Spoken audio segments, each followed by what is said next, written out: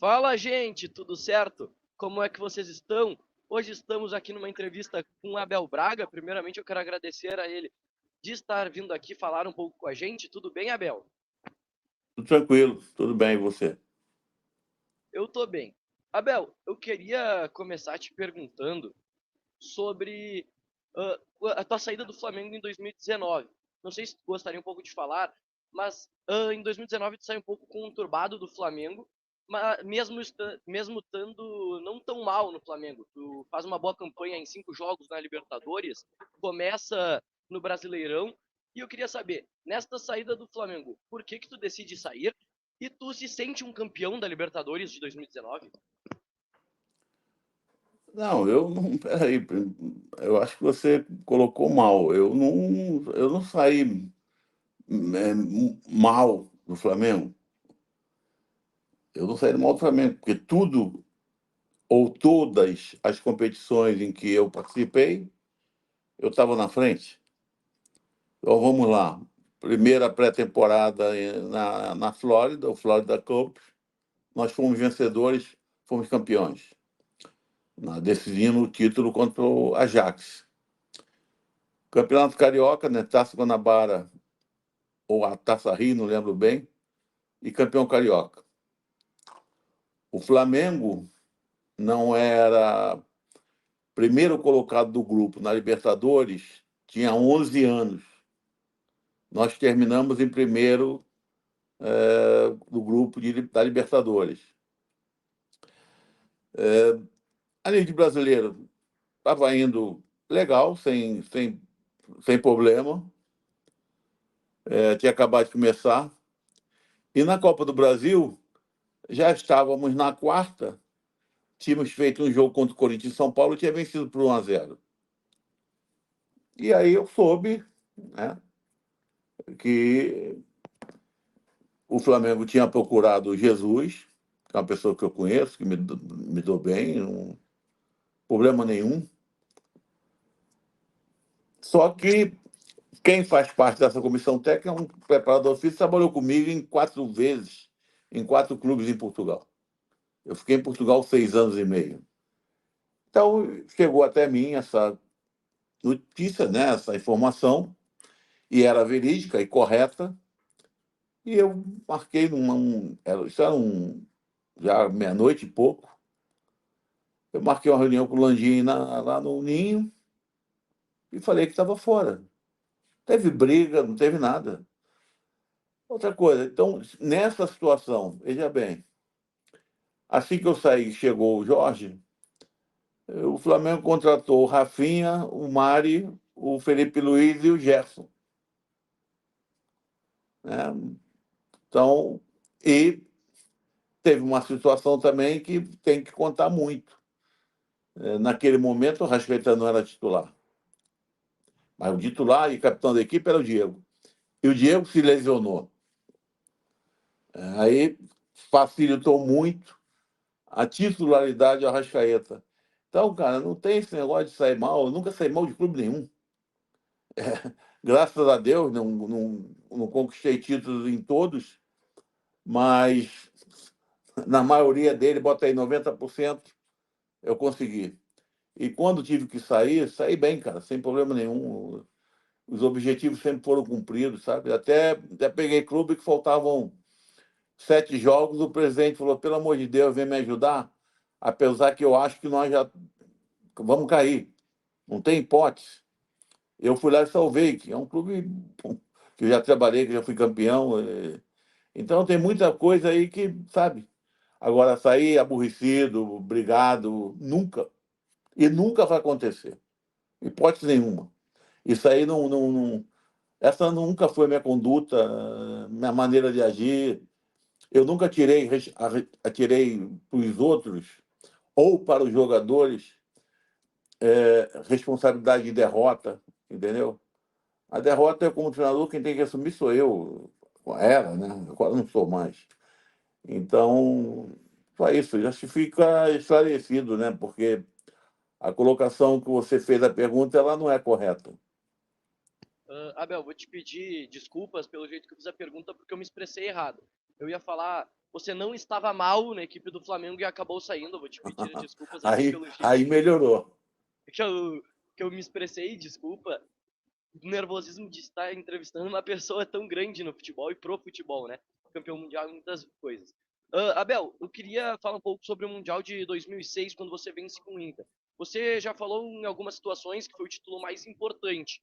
Explica um pouco a tática, que vocês analisaram o Barcelona quando nos jogos que perdia. Eu queria saber de ti como é que era para explicar para os jogadores a situação.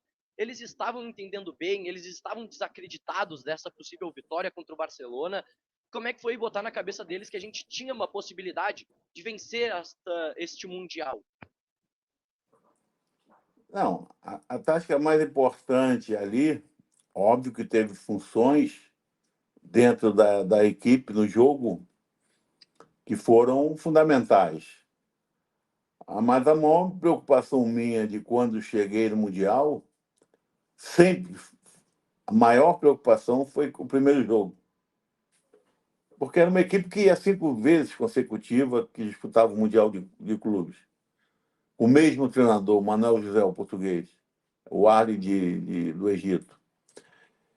E o primeiro jogo ele é muito complicado porque tu já pega um adversário que já jogou, que já estreou.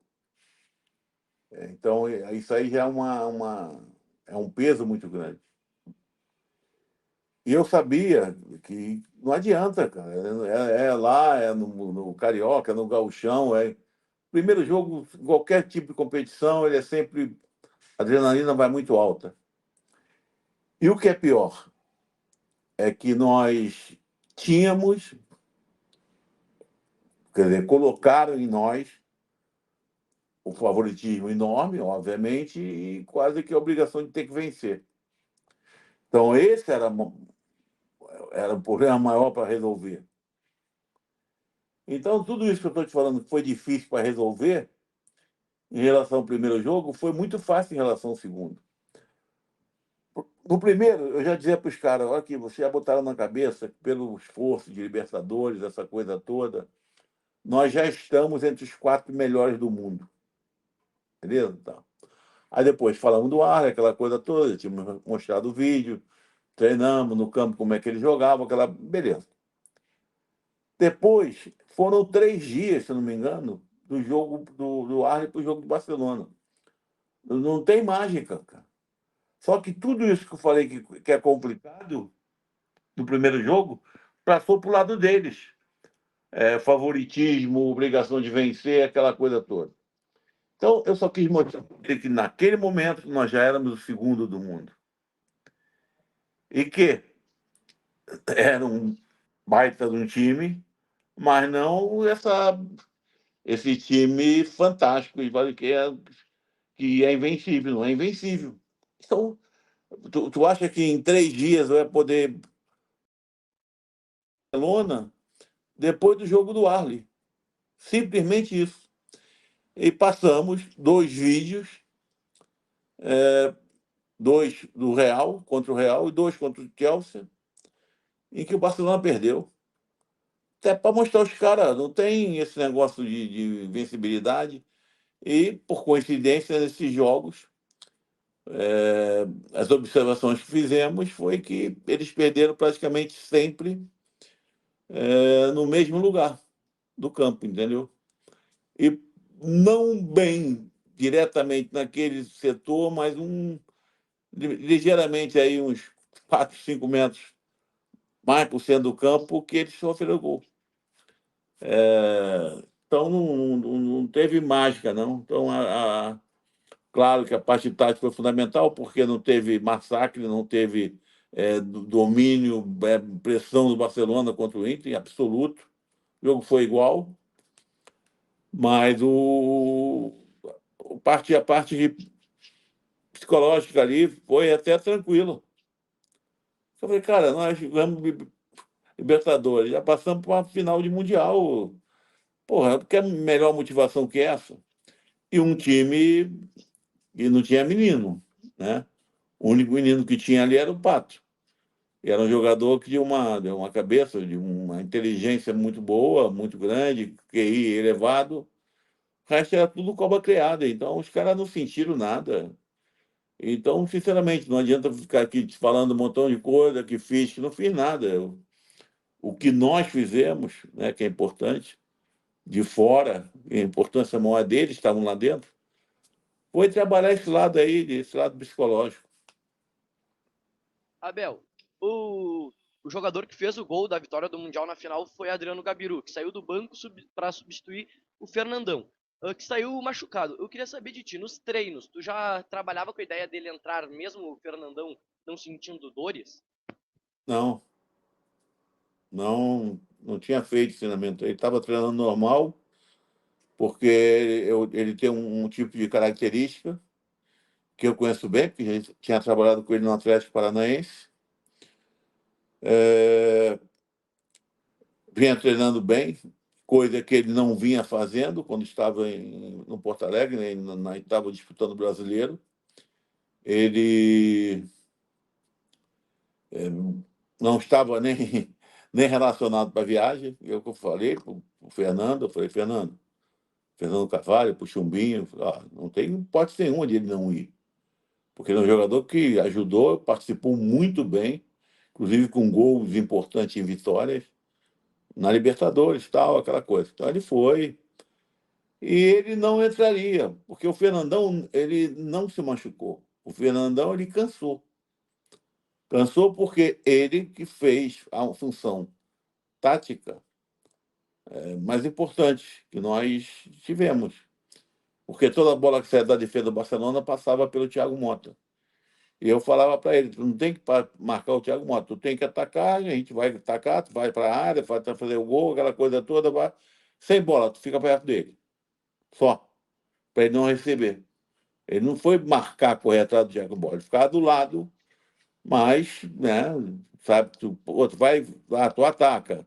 A defesa corta, tu tem que procurar o cara para ficar do lado dele para ele não receber, por quê? Simplesmente todas, todas, eu estou te falando de 95%. Do lateral direito ao lateral esquerdo, ela passava por ele. Então, eles, de repente, perderam essa referência, se perderam muito no jogo por causa disso. E quando eles conseguiam sair, né, que eles procuravam quem? Só o Deco e o Ronaldinho. Aí a marcação se tornava individual. E pronto, não conseguiram jogar. Eu só Abel, botei o Gabiru, desculpa, eu não respondi, porque ele tirou o Thiago Mota, entendeu? Como ele tirou a Mota, eu falei, vou ficar com um que vai ter a mesma característica do que entrou, que é vai, ataca, defende, porque é um pulmão muito grande. Foi isso que aconteceu, nada diferente. entendi. Abel, outro jogo muito marcante para os colorados que o senhor estava à beira do campo era o Grenal do século, em 89, quando o Internacional empata no Olímpico com o Grêmio.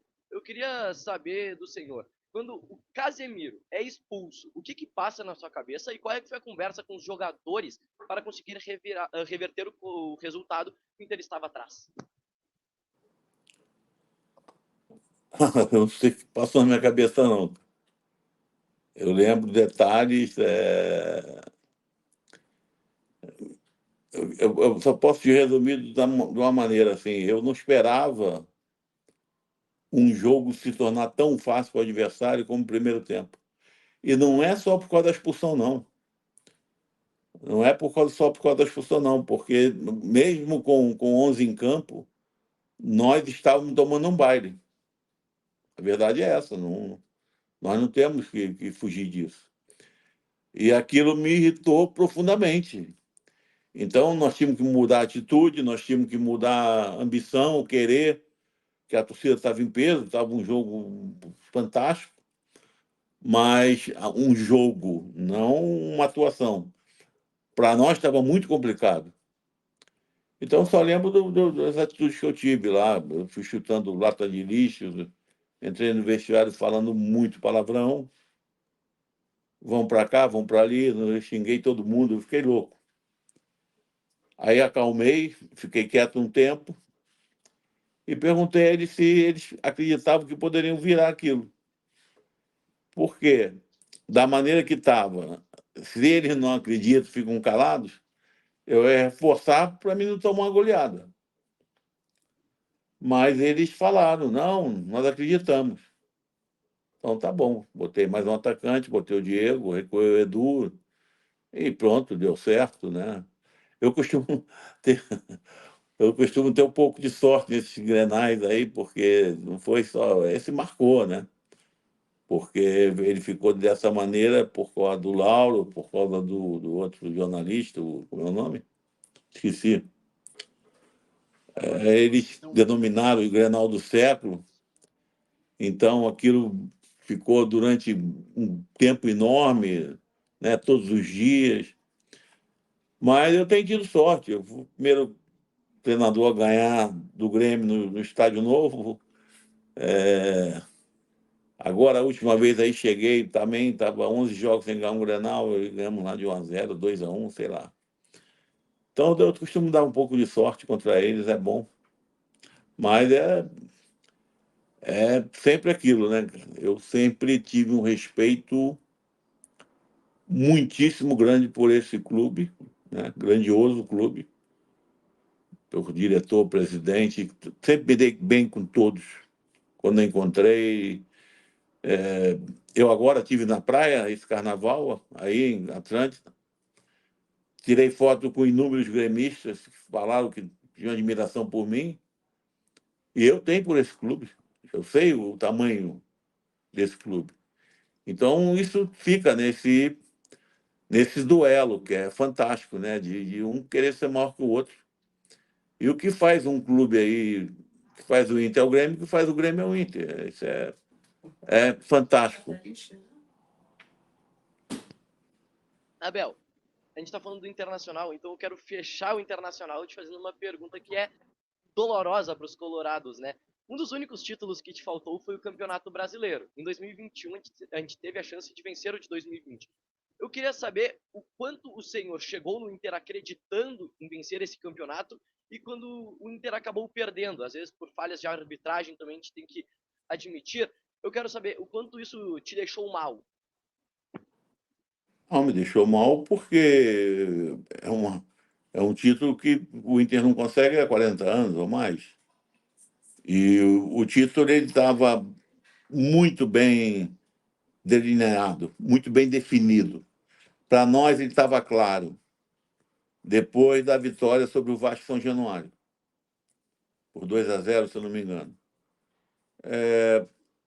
Ali nós nos preparamos bem para enfrentar o Flamengo. Fizemos 1-0, se eu não me engano, com o Edenilson. Depois houve um empate, numa bobagem, uma falha, numa saída de bola, que nós conversamos muito para que ela não acontecesse. Então, não tínhamos dado a menor chance ao Flamengo. Time seguro, o jogo estava empatado, era bom para nós. O jogo estava seguro, estava igual, sem grandes problemas. Depois do empate, sem grandes problemas para um lado e outro. Então, estávamos levando da maneira que nós queríamos. Começa o segundo tempo, vem aquela expulsão ridícula. Aquilo ali foi ridículo, né? Porque o próprio jogador do Flamengo, né, pelo caráter que é, pela índole que tem, esse camarada ele é admirado por todos. O Felipe, ele mesmo disse, isso aí não é. Estou segurando aqui a câmera, por isso que eu mexo. Ele não é nem jogada para cartão amarelo. Então, tu imagina bem. Aí tu perde o jogador com, sei lá, 5 minutos, 6 minutos.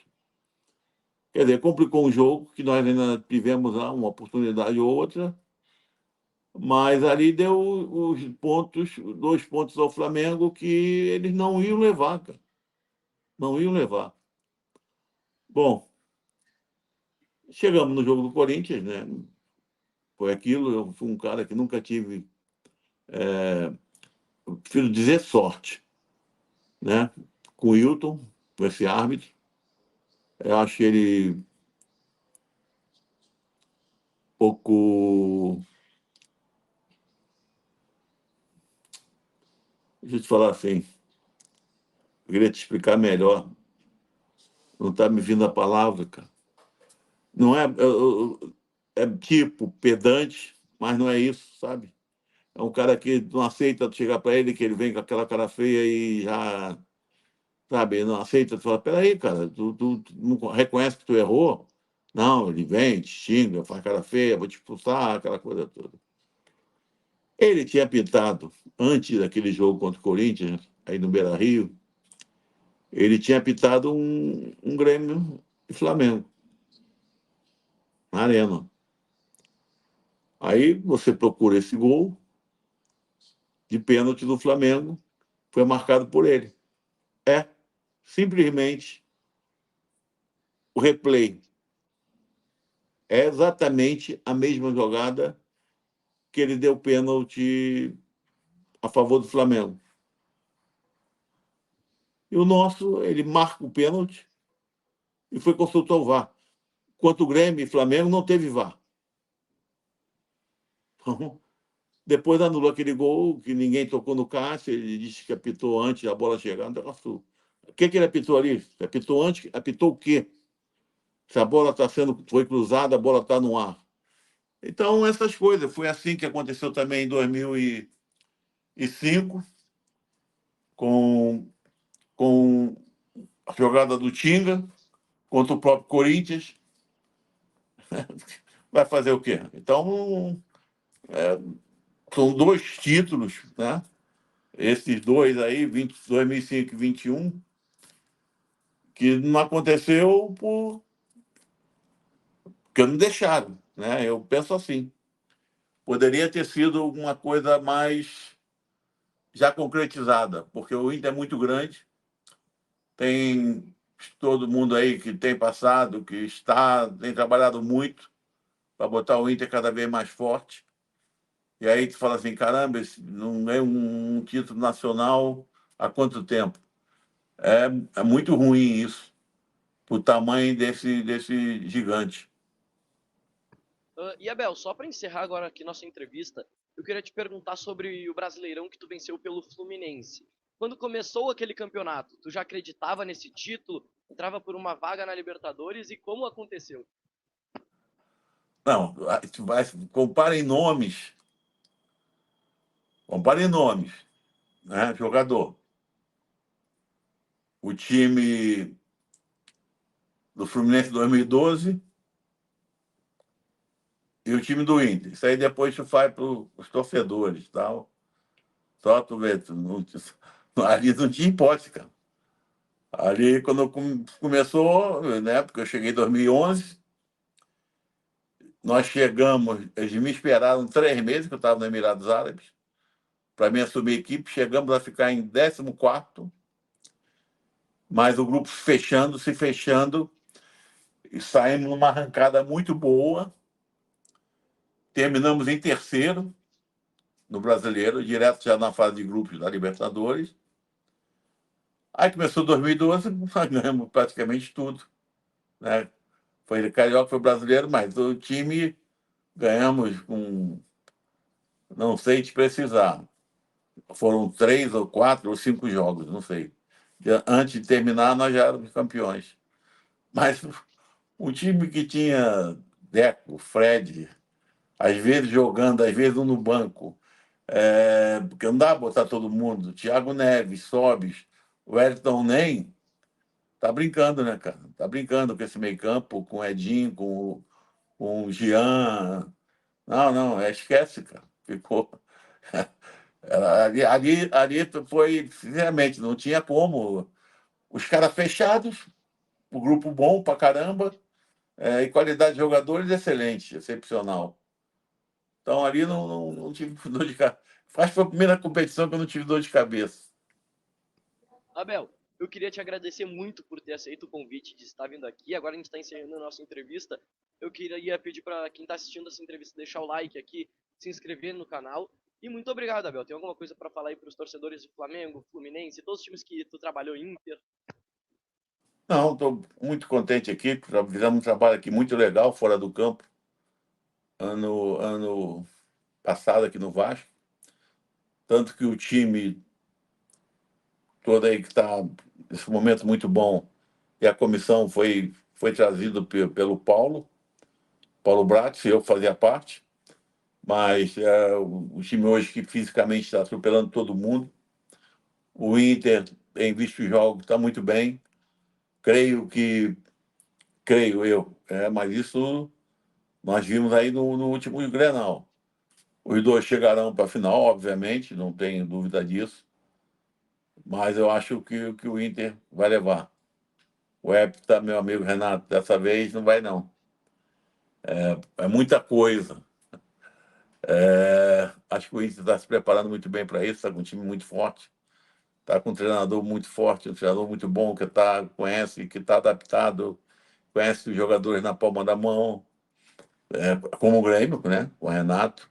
Também teve mais mudanças que o Inter, muita mudança, mas é camisa de peso. Mas acho que esse ano o Inter leva.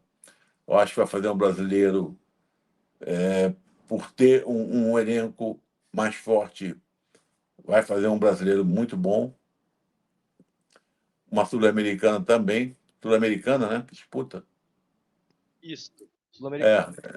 Então, cara, é assim, não vejo o Palmeiras jogando um grande futebol no momento. Agora é um time que muito bem treinado. É aquele time que fala assim, pô, esse cara não está jogando nada e ganha. Parece, às vezes, estou olhando o Real Madrid. Pô, tu vê, já vi jogo do Real Madrid que fala assim, não é possível. Ano passado, numa Champions League, foi incrível. Perdia por 2-0, não lembro para quem. Pô, deram duas bolas no Vinícius Júnior e foi lá e empatou o jogo, aquela coisa toda. Parece time do Palmeiras. O Atlético, o que eu vi ainda não me convenceu, o Atlético Mineiro. Aqui no Rio, eu acho que o Vasco, por essa pegada que está, e o Flamengo, que está assim, crescendo muito com o Tite. Fluminense, os caras que entraram são talentosos, então o Diniz vai poder mesclar ali. Eu acho que vai ser um campeonato brasileiro interessante, uma Copa do Brasil muito boa. E vamos ver, né? Porque a gente torce mesmo. É que a gente não tem que ligar a televisão e falar assim, não, não vou ver esse jogo. Isso é a pior coisa que pode acontecer. Aí você liga na televisão, tu põe num jogo do campeonato inglês, ou um campeonato italiano, até francês, alemão, tu fala assim, dá vontade de tu ver e não sair da televisão. E nós temos que começar a abrir o olho para isso, cara. Porque o futebol, ele tem que encantar. E ele tem que encanta como? Pela parte técnica. A parte técnica só existe porque tem a bola. Parte técnica é criatividade, é inteligência. Isso, no Brasil, ele brota. É uma raiz de jogadores técnicos, de craques, diariamente. E agora os caras querem botar 9 estrangeiros. Não, eles estão. Isso é sacanagem do futebol brasileiro, cara. Aí é uma vergonha. Acaba a base, então. Para que vai ter base? Não precisa. Se você vai ter. Eu já vi um time não sei se foi o Real, não sei qual foi o time, não lembro. Pô, tinha 11 estrangeiros, 11 jogadores de seleção. Não tinha um jogador do país na equipe titular. Como é que pode isso, cara? Então, tu acaba. Para que base? Né? Essa, não, isso aí não dá para acreditar. Sinceramente, se isso passar, aí fecha a porta e joga a chave no mar em ressaca que leve, entendeu? Para ninguém achar a chave, ninguém abrir mais. Porque aí né, eu vivi do futebol. Ainda vivo. Né? Eu estou com um negócio aqui hoje que eu estou fazendo uma propagandazinha, Play Safe, que é um negócio que não é bet, é totalmente o contrário a bet, é, mas é futebol, são palpites. Então você vê bem, cara, quantos milhões de pessoas aqui dentro no Brasil vivem futebol. Aí você quer botar 9 estrangeiros numa equipe no Campeonato Brasileiro. Peraí. Respeita essa raiz que nós temos. Legal? Grande abraço, garoto. Te cuida aí. Sucesso. Muito obrigado a todo mundo que assistiu, obrigado, Abel, e até a próxima entrevista. É muito boa essa entrevista. Valeu!